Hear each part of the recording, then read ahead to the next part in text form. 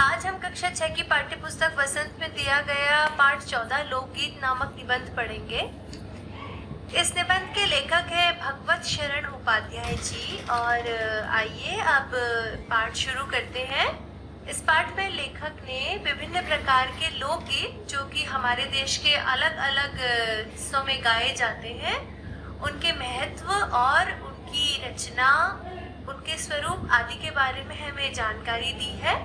पहले तो ये जान लेते हैं कि लोकगीत क्या होते हैं। लोकगीत अर्थात लोगों के गीत, अर्थात वो गाने जो बहुत सदियों से हमारे समाज में चले आ रहे हैं और जो किसने लिखे, किसने बनाए, इस बारे में हमें कोई जानकारी नहीं है। ये गीत पीढ़ी दर पीढ़ी, एक पीढ़ी से दूसरी पीढ़ी को सिखाए गए हैं और इनका उद्भव या फिर इनकी रचना के बारे में हमें कोई ऐसी जानकारी नहीं है। तो आइए पाठ को शुरू करते हैं।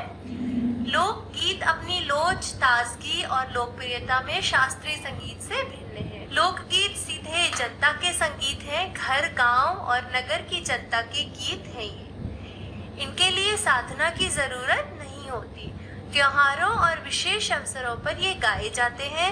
सदा से ये गाए जाते रहे हैं और इनके रचने वाले भी अधिकतर गांव के लोग ही हैं। स्त्रियों ने भी इनकी रचना में विशेष भाग लिया है।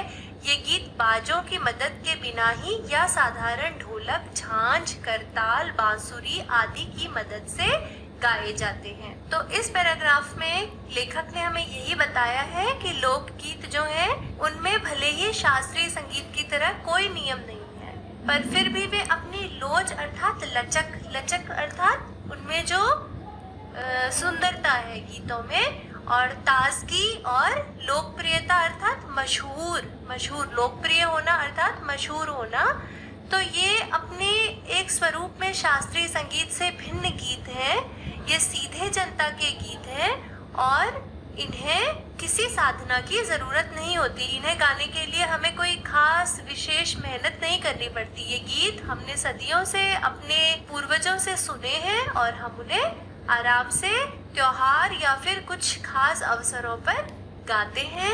ये गीत हमेशा से गाए जा रहे हैं और ये भी किसी को नहीं पता कि इन्हें किसने लिखा। इन्हें लिखने वाले अधिकतर गांव के लोग हैं और स्त्रियों ने भी इनकी रचना में विशेष रूप से भाग लिया है। विशेष रूप से स्त्रियां ही ये गीत गाती हैं और या तो इन्हें बिना किसी बाजे की मदद से गाया जाता है या फिर इनको गाने के लिए ढोलक, झांझ, करताल, ये सब वाद्य यंत्रों के प्रकार हैं।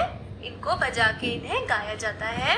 आगे लिखते हैं, एक समय था जब शास्त्रीय संगीत के सामने इनको हेय समझा जाता था। अभी हाल तक इनकी बड़ी उपेक्षा की जाती थी, पर इधर साधारण जनता की ओर जो लोगों की नजर फिरी है तो साहित्य और कला के क्षेत्र में भी परिवर्तन हुआ है। अनेक लोगों ने विविध बोलियों के लोक साहित्य और लोकगीतों के संग्रह पर कमर बांधी है और इस प्रकार के अनेक संग्रह अब तक प्रकाशित भी हो गए हैं। लेखक कहते हैं कि एक समय था जब शास्त्रीय संगीत के आगे लोक गीतों को हेय मतलब कम समझा जाता था। इनकी बहुत अधिक उपेक्षा की जाती थी। उपेक्षा करना मतलब नजरअंदाज करना, इनको कुछ खास महत्व नहीं दिया जाता था। लेकिन जैसे जैसे लोगों ने साधारण लोगों की चीजों को अपनाना शुरू किया है, वैसे ही कला और साहित्य के क्षेत्र में परिवर्तन हुआ है और बहुत से लोगों ने विविध बोलियों के लोक साहित्य और लोकगीतों के संग्रह पर काम किया है। ठीक है, तो अगला पैराग्राफ है, लोकगीतों के कई प्रकार हैं। इनका एक प्रकार तो बड़ा ही ओजस्वी और सजीव है।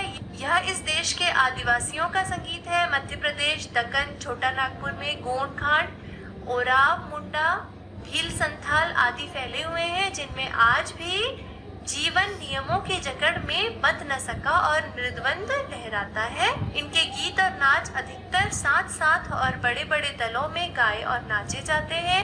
20-20, 30-30 आदमियों और औरतों के दल एक साथ या एक दूसरे के जवाब में गाते हैं। दिशाएं गूंज उठती हैं। इस पैराग्राफ में लेखक ने लोकगीतों के प्रकार के बारे में बताया है। उन्होंने बताया है कि कुछ लोकगीत बहुत ज्यादा प्रभावशाली और सजीव होते हैं और ये इस देश के आदिवासियों का संगीत है।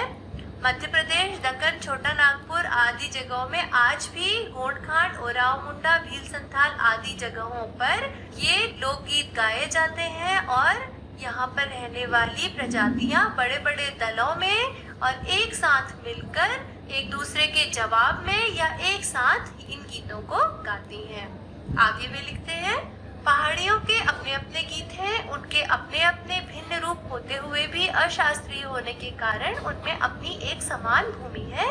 गढ़वाल, किन्नौर, कांगड़ा आदि के अपने अपने गीत और उन्हें गाने की अपनी अपनी विधियां हैं। उनका अलग नाम ही पहाड़ी पड़ गया है। इस पैराग्राफ में लेखक ने पहाड़ी गीतों के बारे में बताया है।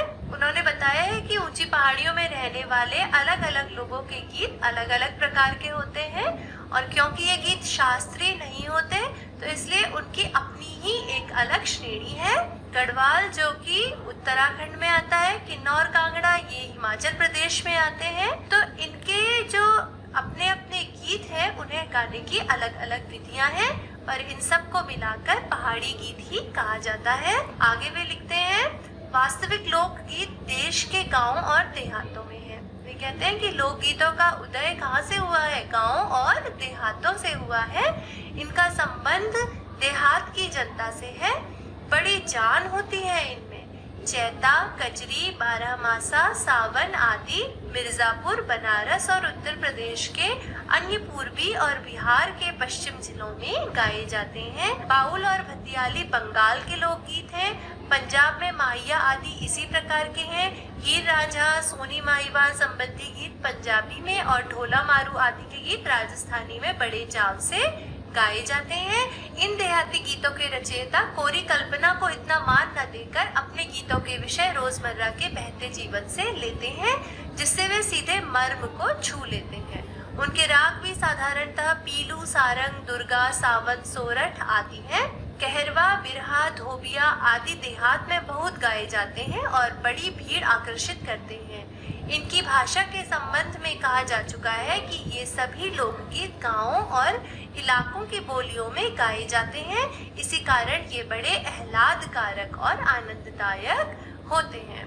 तो लेखक ने कहा है कि वास्तविकता में लोकगीत गांव और देहातों में गाए जाते हैं और इनमें बड़ी जान होती है।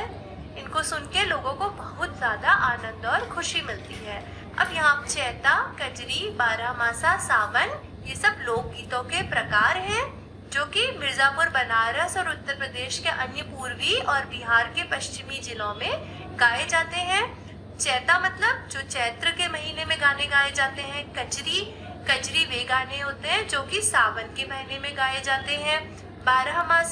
बारहमासा जैसे कि नाम से ही पता चलता है, इन गीतों में वर्ष के 12 महीनों के बारे में कई बातें होती है लेकिन इनको विशेषतः वर्षा के मौसम में गाया जाता है। सावन नाम से ही पता चलता है कि इसे सावन के महीने में गाया जाता है। तो ये गीत भारत के उत्तर प्रदेश और अन्य पूर्वी और बिहार के पश्चिमी जिलों में गाए जाते हैं।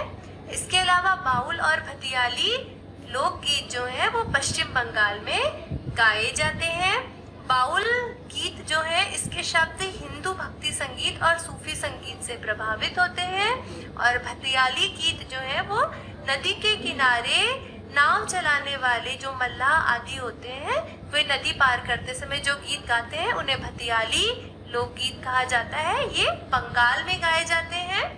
इसके अलावा पंजाब में माहिया, हीर रांझा, सोनी माहीवाल संबंधी गीत पंजाबी भाषा में गाए जाते हैं। इसमें हीर रांझा और सोनी माहीवाल ये अलग अलग दो प्रेमियों की कहानी है तो इनसे संबंधित गीत गाए जाते हैं। और ढोला मारू आदि के गीत राजस्थानी में बड़े चाव से गाए जाते हैं। ढोला और मारू ये राजस्थानी लोकगीत का एक प्रकार है जो कि राजकुमार ढोला और राजकुमारी मारू के विषय में गाए जाने वाले गीत होते हैं। इन गीतों के रचयिता कल्पना को छोड़कर वास्तविक रोजमर्रा के विषयों के ऊपर गीत लिखते हैं, इसलिए वे सीधे मर्म को छू लेते हैं, अर्थात वे बहुत अधिक हृदय स्पर्शी होते हैं या सीधे दिल में उतरने वाले गीत होते हैं। और अब इन्हें किन रागों में गाया जाता है इसका भी वर्णन लेखक ने किया है कि इन गीतों को साधारणतः पीलू, सारंग, दुर्गा, सावन, सोरठ आदि रागों में गाया जाता है। इसके अलावा कहरवा, बिरहा, धोबिया ये भी लोकगीतों के ही एक प्रकार है जो कि देहात या गांवों में गाए जाते हैं और इन्हें सुनने के लिए लोगों की बड़ी भीड़ एकत्रित होती है। अब क्योंकि ये सभी लोकगीत हैं तो इसलिए इनकी भाषा भी कैसी होती है, जिस भी प्रदेश में ये गाए जाते हैं वहीं की बोली जाने वाली बोलियों में ये गीत होते हैं। इसी कारण ये बड़े आह्लादकर अर्थात आह्लाद मतलब होता है प्रसन्नता या खुशी, तो आह्लादकर मतलब होता है हर्ष देने वाले या प्रसन्नता देने वाले और आनंद देने वाले या सुखदायी होते हैं। अब इसका अगला भाग हम अपने अगले वीडियो में पढ़ेंगे।